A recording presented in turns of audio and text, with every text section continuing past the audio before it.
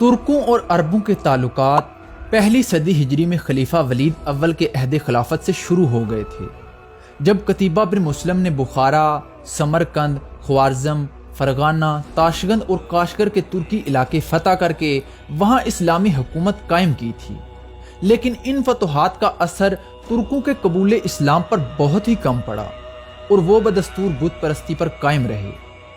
البتہ سمرقند میں قتیبہ بن مسلم کی بت شکنی نے بت پرستی کا خاتمہ بھی کر دیا تھا۔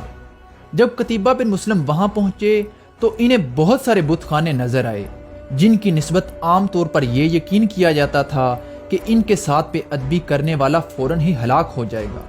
جب قتیبہ بن مسلم نے ان بت خانوں میں آگ لگا دی مگر ان پر کوئی آنچ بھی نہ آئی تو یہ دیکھ کر بہت سارے بت پرستوں نے اسلام قبول کر دیا۔ اس کے بعد خلیفہ حضرت عمر بن عبد العزیز نے اپنے مختصر سے عہد خلافت میں اشاعت اسلام کی خاص طور پر کوشش کی۔ انہوں نے ماوراء النہر کے ترک سرداروں کو بھی اسلام کی دعوت دی اور ان میں سے بعد نے اسلام قبول بھی کر لیا۔ پھر عبداللہ بن معمر اشکری کو دعوت اسلام کے لیے ماوراء النہر کی طرف بھیجا گیا اور وہاں کے بعد قبیلے مسلمان ہو گئے۔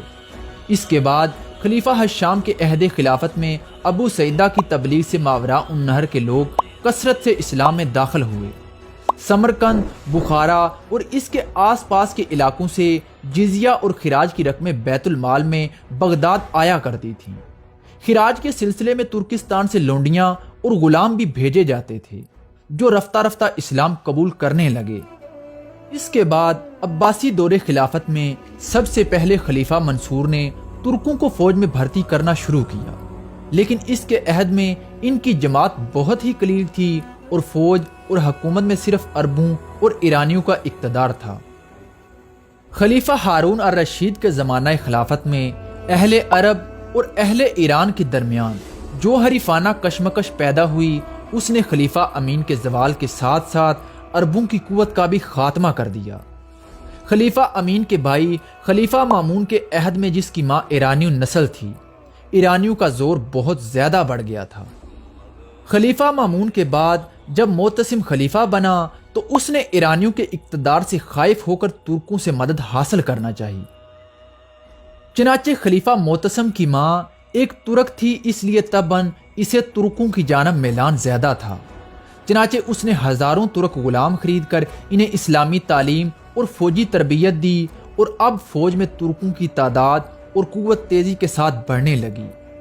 مشہور مورخ گبن لکھتا ہے کہ خلیفہ معتصم نے، جو اس خطرناک مثال کا سب سے پہلا بانی ہے، 50,000 سے زیادہ ترکوں کو دارالحکومت میں لا کر آباد کیا۔ خلیفہ معتصم نے ان کے لیے طلاء کا ریشمی لباس تجویز کیا اور زرین ٹپکے وردی میں شامل کیے، جس کی وجہ سے ترکی دستے دوسری فوج سے زیادہ ممتاز معلوم ہوتے تھے۔ ہر سال ہزاروں ترک غلام پایہ تخت لائے جاتے اور ان میں سے کچھ شاہی محافظ دستے میں شامل کر دیے جاتے اور باقی فوج میں بھرتی کر دیے جاتے۔ جو اپنی قابلیت میں زیادہ ممتاز ہوتے تھے وہ فوج کے سپہ سالار بھی مقرر کر دیے جاتے تھے۔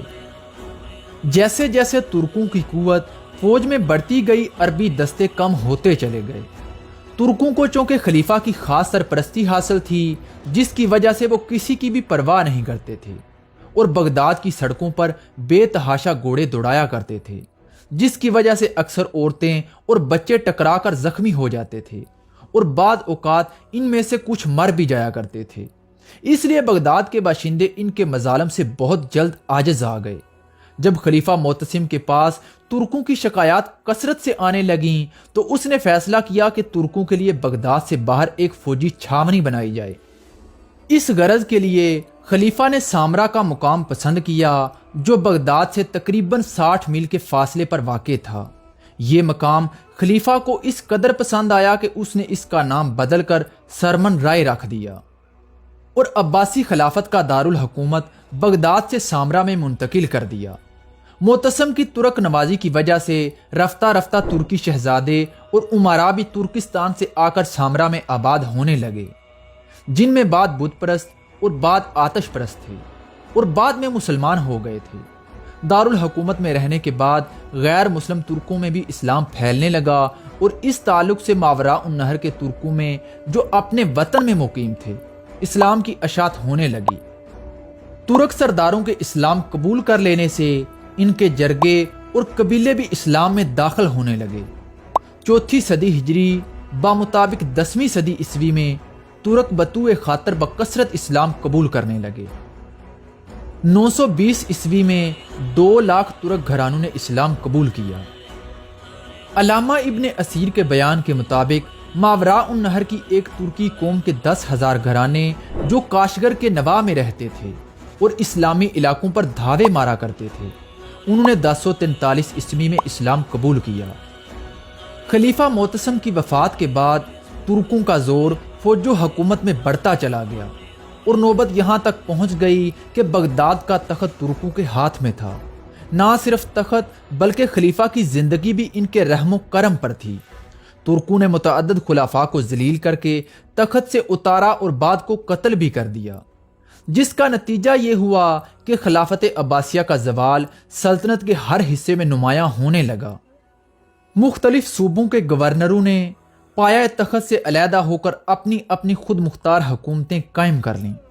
مثلا ایرانی گورنروں نے خراسان میں طاہریہ سلطنت قائم کر لی، اس کے ساتھ فارس میں صفاریہ، ماوراء النہر میں سمانیہ، آذربائیجان میں ساجیہ اور جرجان میں زیاریہ کی جداگانہ حکومتیں قائم ہو گئیں۔ اس طرح ترکوں نے مصر میں طلونیہ، ترکستان میں الکیہ، پھر مصر میں اخشندیہ اور افغانستان اور ہند میں دولت غزنویہ کی بنیاد ڈال دی۔ یہ تمام حکومتیں 3 صدی کے وسط سے 4 صدی ہجری کے وسط تک قائم ہو گئی تھیں۔ 5ویں صدی ہجری بمطابق 11ویں صدی عیسوی میں ترکوں کے ایک گروہ نے خراسان میں دولت سلجوکیہ کی بنیاد ڈالی اور اسی دولت سلجوکیہ میں عباسی خلافت بھی ضم ہو کر رہ گئی۔ سلجوکیوں کے زوال کے بعد جب عثمانی ترکوں نے عروج پایا تو خلافت بھی عباسیوں سے عثمانی ترکوں کے پاس چلی گئی، یعنی ہمیشہ کے لیے خلافت عربوں سے ترکوں میں منتقل ہو گئی۔